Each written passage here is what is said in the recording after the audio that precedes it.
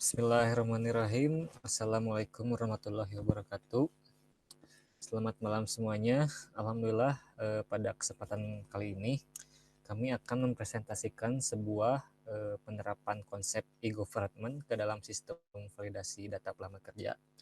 Namun sebelum kami mempresentasikan mengenai konsep e-government tersebut, izinkanlah kami terlebih dahulu untuk memperkenalkan diri kami terlebih dahulu. Dimulai dari saya, Rizky Hardiana. Oke, selanjutnya saya Wandi Irwansyah Zakaria. Selanjutnya saya Laras Mulyani. Dan saya adalah Dwi Saputra. Oke, terima kasih Kang Wandi, Teh Laras, dan Kang Dwi. Terus selanjutnya kita akan langsung saja ke presentasinya. Oke, jadi di yang pertama terdapat gambaran sistem. Seperti yang kita tahu, pengertian dari e-government sendiri ini adalah penggunaan teknologi informasi oleh pemerintah untuk memberikan informasi dan pelayanan bagi warganya mengenai urusan bisnis serta hal-hal lain yang berkenaan dengan pemerintah. Nah, keuntungan yang bisa didapatkan dari e-government ini adalah dalam peningkatan keamanan, kenyamanan, efisiensi, dan aksesibilitas yang lebih baik dari pelayanan publik. Nah, seperti yang kita tahu, di Indonesia sendiri ini validasi data pelamar kerja masih dilakukan secara manual, mengingat CV dan portofolio dibuat begitu saja oleh sang pelamar kerja tanpa adanya pihak yang menanggung atau memvalidasi data pelamar kerja tersebut. Nah, hal ini akan menimbulkan kemungkinan terjadinya manipulasi data yang sangat tinggi. Nah, untuk saat ini alur validasi data pelamar kerja sendiri ini dimulai dari pelamar kerja membuat CV dan portofolio. Kemudian selanjutnya pelamar kerja tersebut akan submit CV dan portofolio tersebut ke perusahaan tempat kerja yang mereka lamar itu. Dan selanjutnya selesai prosesnya. Nah, di sini kita bisa lihat untuk saat ini kebanyakan CV dan portofolio ini masih menggunakan paper gitu. Jadi belum menggunakan digital. Nah, jadi di aplikasi validasi data pelamar kerja ini, gambaran umumnya nantinya aplikasi ini fungsi utamanya akan memvalidasi CV dan portofolio pelamar untuk melamar ke sebuah perusahaan. Aplikasi ini nantinya akan bekerja sama dengan pemerintah dalam hal memvalidasi data pelamar kerja tersebut. Jadi ada 3 aktor di dalam aplikasi tersebut, yaitu pelamar, perusahaan, dan pemerintah.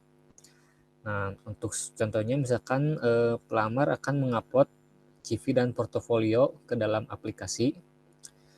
Yang nantinya setelah CV dan portofolio tersebut diupload, data tersebut akan divalidasi oleh pemerintah. Sebagai contoh, misalkan pelamar tersebut dulunya pernah bekerja di perusahaan, misalkan katakanlah telekomunikasi dan sebagainya. Nah, nantinya pemerintah akan mengecek apakah si pelamar tersebut benar-benar bekerja di perusahaan tersebut atau tidak. Yang nantinya setelah data tersebut divalidasi, nanti pemerintah akan mencap atau memberi nomor lisensi kepada pelamar tersebut, apakah pelamar tersebut benar-benar bekerja di perusahaan ataupun misalkan tidak. Sehingga hal tersebut akan mengurangi terjadinya manipulasi data. Oke, mungkin itu saja mengenai gambaran sistem aplikasi validasi data pelamar kerja ini. Untuk selanjutnya mengenai use case diagram akan dijelaskan oleh Laras. Silakan. Terima kasih kepada Kang Rizky. Selanjutnya masuk ke dalam bab UML modeling yang pertama, yaitu use case diagram. Use case diagram merupakan diagram yang menggambarkan hubungan antara aktor dengan sistem. Use case diagram bisa mendeskripsikan sebuah interaksi antara satu atau lebih aktor dengan sistem yang akan dibuat. Pada use case diagram ini terdapat 3 aktor, yaitu pemerintah, perusahaan, dan pekerja. Ketiga aktor tersebut terhubung dengan use case register system, lalu login. Untuk aktor pemerintah, terdapat use case validasi CV dan portofolio dan approval CV dan portofolio. Untuk use case perusahaan, terdapat Untuk aktor perusahaan, terdapat use case upload data karyawan, manajemen data karyawan, dan reporting data karyawan. Untuk aktor pekerja, terdapat use case monitoring validasi, upload CV dan portofolio, dan request validasi CV dan portofolio. Sebetulnya, untuk use case login dan register tidak perlu dicantumkan, tetapi di sini dicantumkan agar lebih jelas pada penjelasannya. Tiga aktor tersebut terdapat keterhubungan, yaitu dengan adanya include. Untuk selanjutnya, dapat dilanjutkan oleh Kang Wandi mengenai activity diagram. Oke, terima kasih kepada Laras. Untuk selanjutnya saya akan menjelaskan tentang activity diagram. Namun sebelumnya saya akan menjelaskan sedikit tentang apa itu activity diagram. Activity diagram merupakan diagram yang menggambarkan aktivitas yang ada di suatu sistem. Nah, selanjutnya saya akan menjelaskan tentang activity diagram di aplikasi ini. Yang pertama adalah calon pekerja akan memulai aplikasi. Selanjutnya, calon pekerja menyiapkan data berupa CV dan portofolio. Lalu, calon pekerja mengupload CV dan portofolio ke dalam aplikasi. Nah, selanjutnya dari pemerintah akan mendapatkan list data CV dan portofolio yang telah disubmit oleh calon pekerja. Lalu kemudian akan dilakukan proses validasi portofolio calon pekerja. Nah, di sini terdapat decision, yaitu apakah data sudah berhasil divalidasi. Nah, jika data valid atau sukses, maka akan mendapatkan notifikasi bahwa data telah sukses tervalidasi. Dan selanjutnya, pekerja mendapatkan nomor lisensi yang sudah terverifikasi. Nah, selanjutnya case jika calon pekerja gagal, maka calon pekerja mendapatkan notifikasi bahwa CV dan portfolio gagal tervalidasi. Nah, selanjutnya akan dibahas tentang diagram sekuen pekerja oleh Kang Dwi. Waktu dan tempat dipersilahkan. Baik, terima kasih untuk Kang Wandi.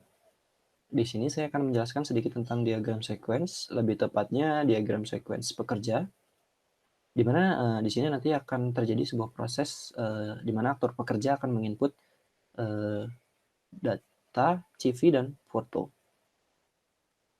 Di sini sudah dapat dilihat pertama-tama aktor pekerja akan mengakses halaman utama aplikasi. Kemudian aplikasi akan menampilkan halaman utama. Kemudian nanti aktor pekerja akan memilih form upload CV dan foto. Kemudian form input CV pun akan ditampilkan, di mana nantinya aktor pekerja akan menginput data dan foto.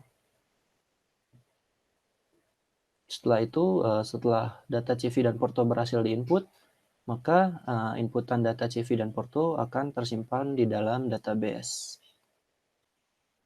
Kemudian setelah aktor pekerja berhasil menginput data CV dan foto ke dalam database, kemudian sistem akan mengupdate status di dalam database menjadi menunggu approval. Dan kemudian sistem nantinya jika akan memberikan feedback jika data berhasil tersimpan, maka sistem akan menampilkan notifikasi berhasil memasukkan data.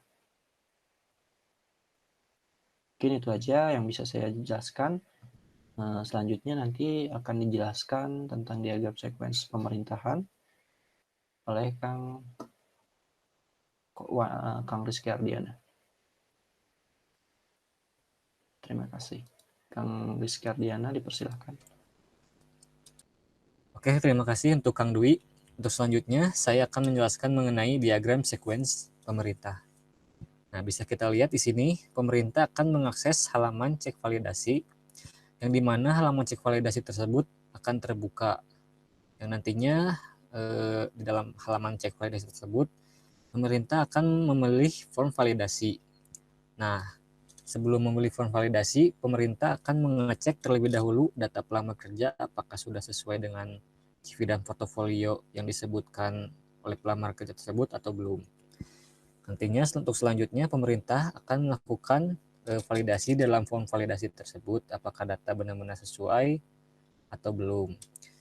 Apabila data pelamar tersebut sudah sesuai, nantinya akan mendapatkan cap atau bukti berupa nomor lisensi.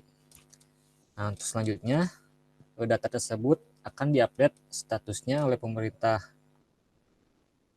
Untuk selanjutnya, setelah data pelamar tersebut diupdate statusnya oleh pemerintah, maka data CV dan portofolio tersebut berhasil divalidasi. Oke, untuk selanjutnya mengenai diagram sekuensi perusahaan akan dijelaskan oleh Laras. Silakan. Terima kasih kepada Kang Rizky. Selanjutnya mengenai diagram sekuensi perusahaan, perusahaan mengakses halaman upload. Halaman upload data pekerja terbuka. Lalu perusahaan memilih data pekerja. Setelah itu, form data pekerja terbuka, lalu perusahaan melakukan input data. Perusahaan melakukan input data pekerja, lalu menyimpan data tersebut ke dalam database pekerja. Selanjutnya, muncul notifikasi berhasil menyimpan data. Untuk selanjutnya, bagian kelas diagram akan dijelaskan oleh Kang Mandi.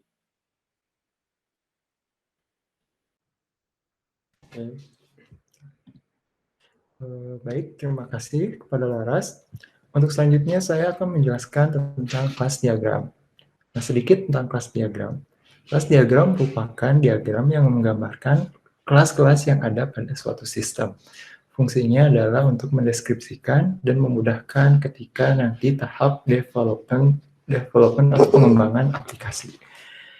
Nah, di dalam aplikasi ini terdapat beberapa kelas. Yang pertama ada user, profile, pekerja, portfolio, CV, dan perusahaan.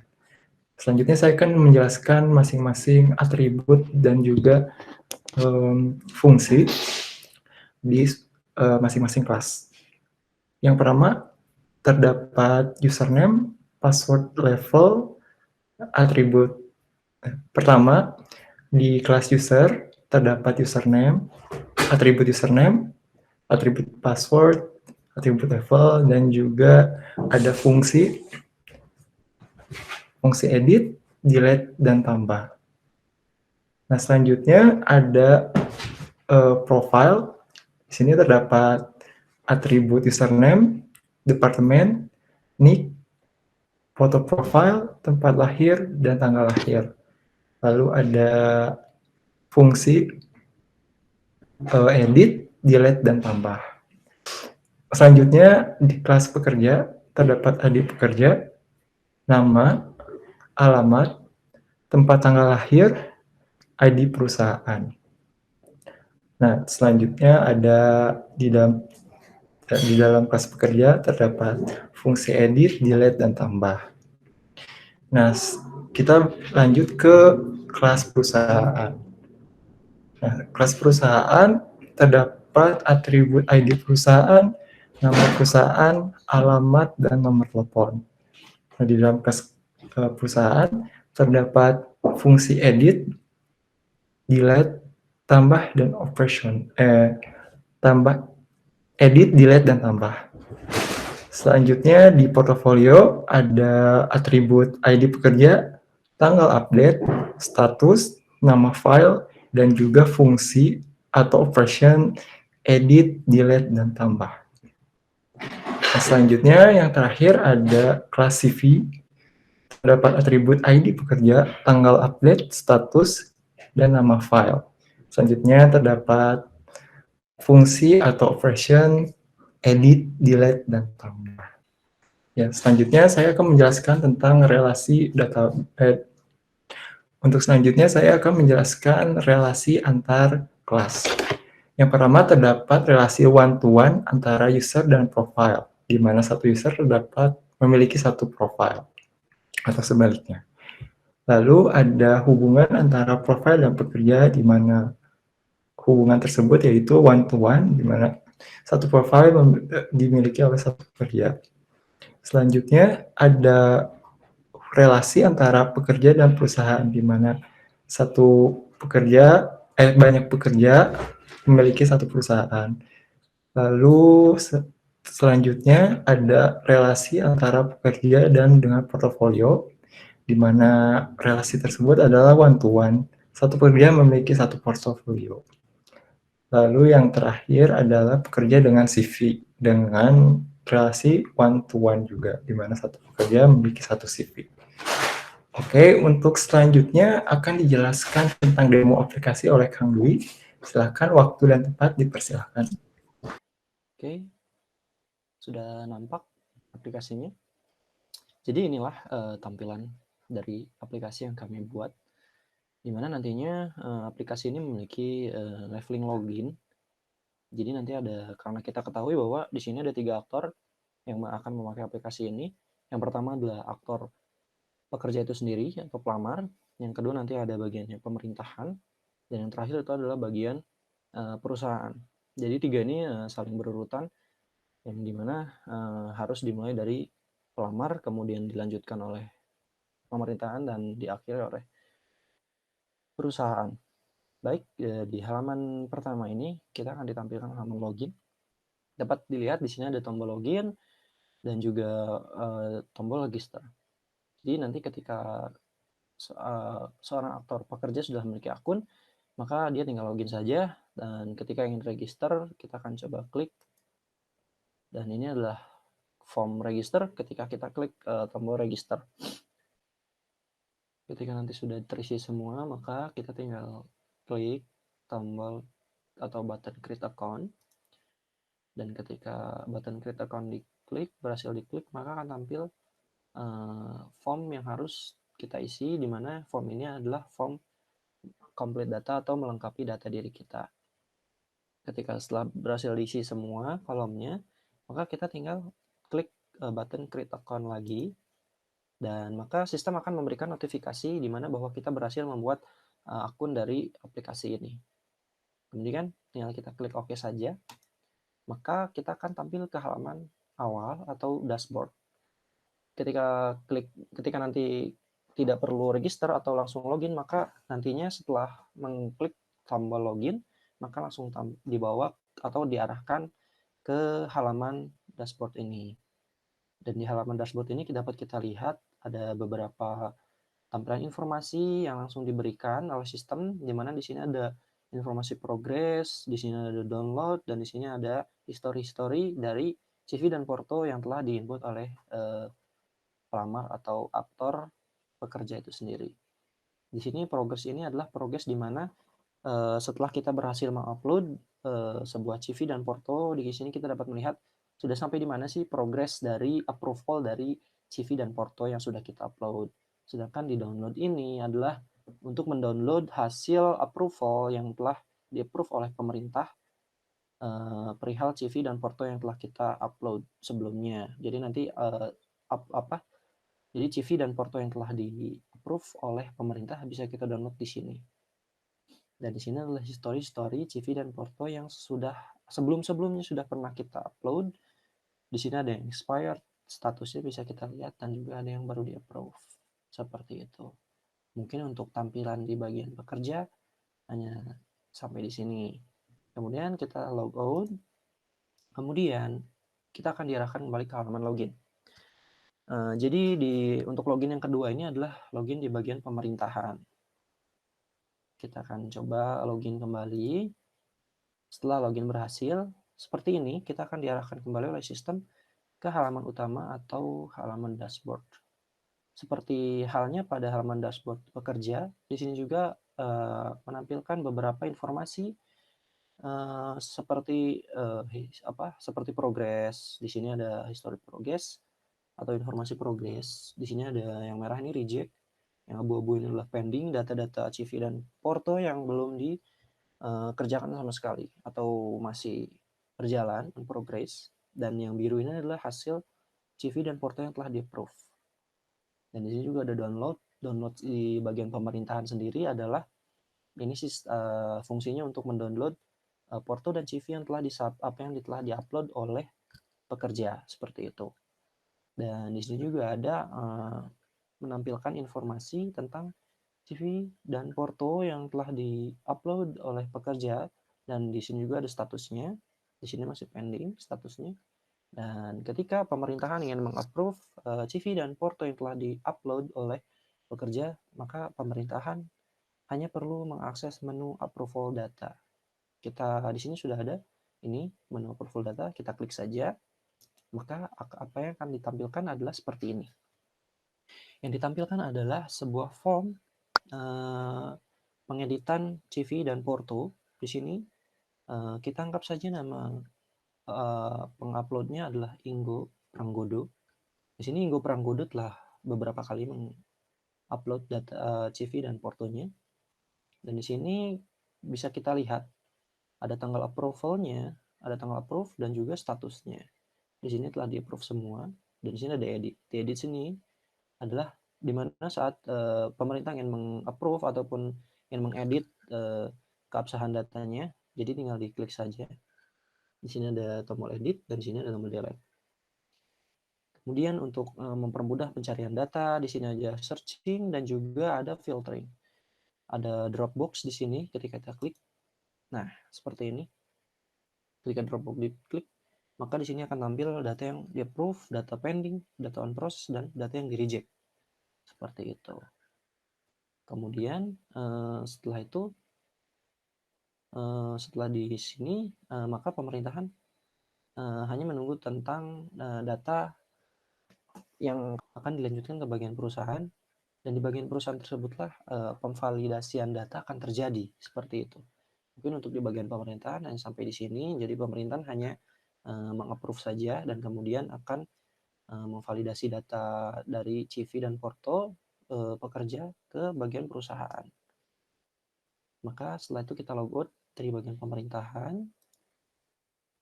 dan kita akan masuk kembali, tapi dengan rule yang berbeda, yaitu sekarang untuk bagian sekarang kita akan login untuk bagian perusahaan. Kita akan klik login. Dan ini dia untuk tampilan halaman di bagian perusahaan. Di sini langsung ditampilkan sebuah form data karyawan. Data karyawan sini sendiri adalah untuk mengecek apakah nantinya ketika data ataupun permintaan dari pemerintahan untuk memvalidasi data CV dan porto dari pekerja, apakah benar dia pernah bekerja di perusahaan ini atau tidak. Jadi disinilah pemvalidasian data terjadi. Itulah yang sebelumnya saya bilang. Di sini bisa kita lihat, ini juga ada filteringnya untuk bagian gudang, keuangan produksi atau quality assurance. Di sini ada nama-nama karyawannya, jabatannya, dan statusnya. Di sini juga bagian perusahaan bisa ngedit. Seperti itu. Dan kemudian nanti ketika setelah dicari dan namanya memang betul, seperti Inggo Pranggodo tadi, dan namanya memang betul ada di perusahaan ini, maka perusahaan tinggal mengakses menu upload, yaitu upload file dari data si karyawan tersebut memang benar ada di perusahaan ini. Seperti itu. Di sini juga bisa input manual. Pihak karyawan, maksud saya pihak perusahaan bisa menginput secara manual ataupun langsung upload file. Kita akan coba klik upload file saja. Dan jadi sistemnya nanti tinggal drop and drag saja atau drag and drop. User tinggal drag and drop data karyawan yang dibutuhkan ke dalam sini. Jika setelah berhasil, maka sistem akan menampilkan notifikasi data karyawan berhasil dimasukkan. Seperti itu. Mungkin kurang lebihnya seperti itu gambaran dari aplikasi ini. Dan jika ada kekurangan, saya mohon maaf. Maka untuk penjelasan dari aplikasi ini, saya cukupkan dan saya akan kembalikan ke Kang Rizky Ardiana. Terima kasih atas waktunya. Baik, terima kasih kepada Kang Dwi atas penjelasan mengenai demo aplikasinya. Mungkin untuk presentasi mengenai konsep e-government validasi pelamar kerja ini kami cukupkan sampai di sini. Terima kasih kepada Bu Endang selaku dosen e-government. Mohon maaf apabila kami terdapat salah-salah kata. Dan terima kasih. Wassalamualaikum warahmatullahi wabarakatuh.